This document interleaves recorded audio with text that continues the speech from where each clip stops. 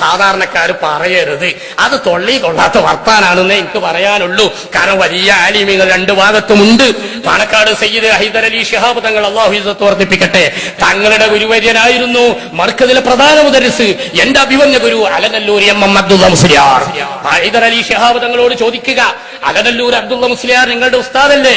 അദ്ദേഹം മരിക്കുന്നത് വരെ എ പി ഉസ്താദിന്റെ മർക്കദിലെ മുദരിസായിരുന്നു എന്ന് സാന്ദർഭികമായി ഉണർത്തുക എന്ന് പറഞ്ഞ അത്ര വലിയ ആലിമീങ്ങളൊക്കെ ആ ഭാഗത്തുണ്ട്. മരണപ്പെട്ടു, സമസ്തയുടെ അടുത്ത് മരണപ്പെട്ട വഫാത്തായ പ്രസിഡന്റ് കാളമ്പാടി മുഹമ്മദ് മുസ്ലിയാർ എന്റെ പ്രിയപ്പെട്ട ഉപ്പയുടെ ശിഷ്യനായിരുന്നു. കാളമ്പാടി ഉസ്താദിന്റെ ഉസ്താദായിരുന്നു എന്റെ ഉപ്പ. സാന്ദർഭികമായി ഞാൻ ഉണർത്തുകയാണ്. ഞാൻ പറഞ്ഞു വരുന്നത്, പണ്ഡിതന്മാർ കുറെ ഈ ഭാഗത്തുണ്ട്, സയ്യിദന്മാരും കുറെ ഭാഗത്തുണ്ട്. അതുകൊണ്ട് അതിലെ സത്യം അസത്യം ഒന്നും പെട്ടെന്ന് അങ്ങനെ സാധാരണക്കാർ ഇടപെട്ട് പ്രശ്നമാക്കണ്ട. നമ്മളെല്ലാരും ആദരിക്കുക, നമ്മളെല്ലാരും ബഹുമാനിക്കുക, ആരും കുറ്റം പറയണ്ട. പിന്നെ ചില സത്യങ്ങളൊക്കെ സാധാരണക്കാർക്ക് പോയിട്ട് ചില പണ്ഡിതന്മാർക്ക് തന്നെ പെട്ടെന്ന് തീരുമാനിക്കാൻ അറിയൂല എന്നതിന് ഈ പുന്നത്തല സാക്ഷിയല്ലേ. ഞാനൊരു കാര്യം ഉണർത്തുകയാണ്. പുന്നത്തല ചരക്കൽ ജുമുഅത്ത് പള്ളി, പുന്നത്തല ചരക്കൽ ജുമുഅത്ത് പള്ളിയുടെ നിർമ്മാണ ഘട്ടം ഞാൻ അന്ന് സ്കൂൾ പഠിക്കുന്ന കുട്ടിയാണ്. അതിനൊരു പണ്ഡിതൻ വന്ന് കിബില തിരിച്ചു, ഒരു തങ്ങൾ വന്ന് തറക്കല്ലിട്ടു. പിറ്റേന്ന് തന്നെ എന്റെ പ്രിയപ്പെട്ട പിതാവ് പറഞ്ഞ ആ കിബില തെറ്റിയിട്ടുണ്ട്. പുന്നത്തലയിൽ പ്രായമുള്ള ആളുകളെ ഞാൻ ഓർമ്മപ്പെടുത്തുന്നു. മമ്മുവാസ്തർക്കറിയിലെ സംഭവം. ആ കിബില തെറ്റിയിട്ടുണ്ട്. ഒരു പണ്ഡിതൻ കിബില നോക്കി കുറ്റിയടിച്ചതായിരുന്നു. പാണക്കാട് തങ്ങൾ വന്ന് കല്ലിട്ടതായിരുന്നു.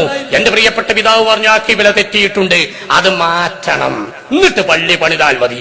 എന്റെ ഉപ്പയുടെ ആത്മാർത്ഥത കൊണ്ട് ആ കിബില നോക്കി കുറ്റിയടിച്ച ഉസ്താദിന്റെ അടുത്തേക്ക് ഉപ്പ നടന്നുപോയി. സ്ഥലം ഞാൻ പറയുന്നില്ല. പോയിട്ട് പറഞ്ഞു, നിങ്ങൾ ആ കിബില പിടിച്ച് തെറ്റിപ്പോയിട്ടുണ്ട്, അത് നിങ്ങളെന്നെ ഒന്ന് പറഞ്ഞിട്ടൊന്ന് മാറ്റിക്കൊടുത്താൽ എന്നാ പ്രശ്നമല്ലല്ലോ. എന്താ കാരണം കൊണ്ട് ആ പണ്ഡിതൻ വന്നില്ല? നാട്ടിലെ ഒന്ന് രണ്ടാളുകളുടെ വാശി മുഖേന പള്ളി കുറെ ഉയർന്നു. ഉത്തരം വെക്കുന്ന പഴയ കാലത്ത് പറയാം, ഉത്തരം വെക്കോളം പള്ളി ഉയർന്നു. അപ്പോഴും ബാപ്പ നിരന്തരം പറഞ്ഞുകൊണ്ടിരുന്നു, മക്കളെ കിബില തെറ്റാണ്, ആ രൂപത്തിൽ നിസ്കരിച്ചാൽ നിസ്കാരം സഹിയാവൂല. ചെറിയ തെറ്റല്ല, 9 ഡിഗ്രി തെറ്റുണ്ട്, 9 ദറജ തെറ്റുണ്ടെന്ന് ഒപ്പ പറഞ്ഞു. കുറെ മുന്നോട്ട് പോയി, നിർമ്മാണം കുറെ മേലെ എത്തി.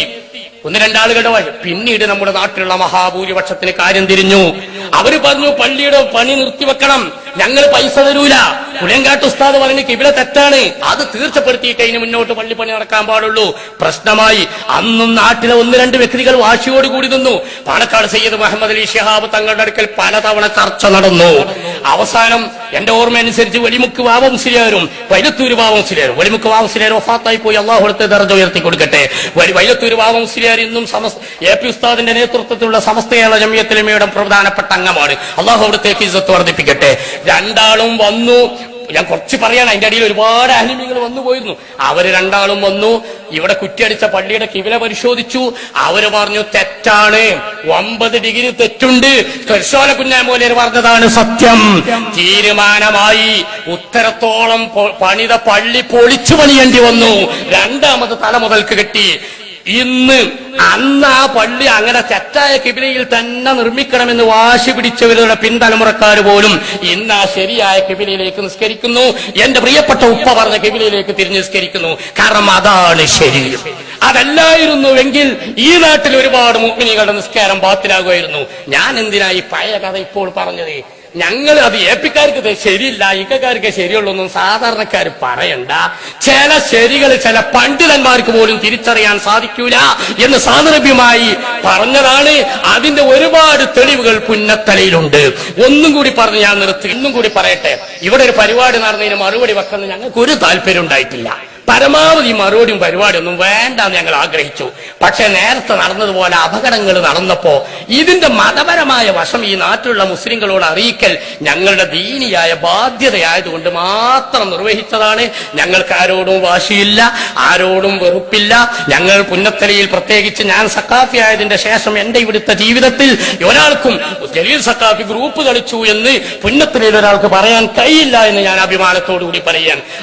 ഞാൻ ഇത്ര ഒരു പരിപാടിയിൽ ഇവിടെ പങ്കെടുത്ത് ഇത്രയും ഗൗരവമായി വിശദീകരിക്കേണ്ടി വന്നത് എന്റെ ദീനീ ബോധമാണ്. ഒരു പണ്ഡിതൻ എന്ന നിലയ്ക്ക് ഇത് പറയാതിരുന്നാൽ എന്റെ റബ്ബ് എന്നെ ആഖിറത്തിൽ ശിക്ഷിക്കുമോ എന്നുള്ള പേടിയാണ്. പുന്നത്തലയിൽ മതവിരുദ്ധമുള്ള സർവ്വ പണ്ഡിതന്മാരും ഈ പരിപാടിയിൽ അണിനിരന്നിട്ടുണ്ട് എന്ന് ഞാൻ ഉണർത്തുകയാണ്. ഈ നിലപാട് ശരിയല്ലെന്ന് പറയാൻ പുന്നത്തലയിൽ മതം പഠിച്ച ഒരാളില്ലെന്ന് ഞാൻ ഉണർത്തുകയാണ്. പിന്നെ ആരാണിത് പറയുക? പുന്നത്തലയിൽ ദീനീ കാര്യം പിന്നെ ആര് പറയും? ഞങ്ങളിത് പറഞ്ഞേ പറ്റൂ. നിർബന്ധിത സാഹചര്യത്തിൽ പറയേണ്ടി വന്നതാണ്. ആർക്കെങ്കിലും വേദനപ്പെടുത്തുന്ന വാക്കുകൾ വന്നു പോയിട്ടുണ്ടെങ്കിൽ ക്ഷമിക്കണം. ഞാൻ എന്റെ വാക്ക് അവസാനിപ്പിക്കുന്നു. ഇനി അന്ന് ആശുറാന്റെ നാളിൽ നടന്നതുപോലെ ഉള്ള തങ്ങളെ ഏപ്പിസ്ഥാനൊക്കെ തെറി പറയുന്ന ഒരു പ്രസംഗം ഇനി ഇവിടെ നടന്നാൽ ഞങ്ങൾ അതിന് മറുപടി പറയൂല. അവിടെ പറയേണ്ടത് ഞങ്ങൾ പറഞ്ഞു.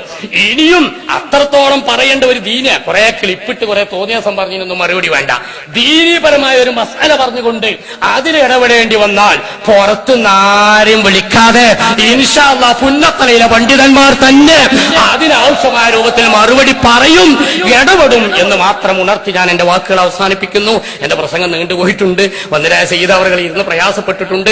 എന്നാലും ഇനിപ്പെടുത്ത നാട്ടുകാരും പ്രസംഗിക്കാനില്ല പണ്ഡിതരെന്ന നിലയ്ക്ക്. അപ്പൊ ഈ ഒരു കാര്യം പറയാൻ നിർബന്ധിതനായതുകൊണ്ട് പറഞ്ഞതാണ്. ഒരിക്കൽ കൂടി എന്റെ വാക്കുകളിൽ വിഷയത്തിന്റെ ഗൗരവം കൊണ്ട് അറിയാതെ